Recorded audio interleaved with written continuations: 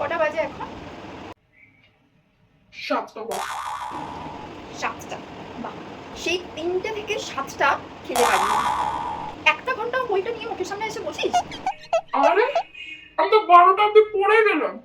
লজ্জা করে না? সারাদিন বাইরে রয়েছিস, পড়াশোনা করে লাভ নেই।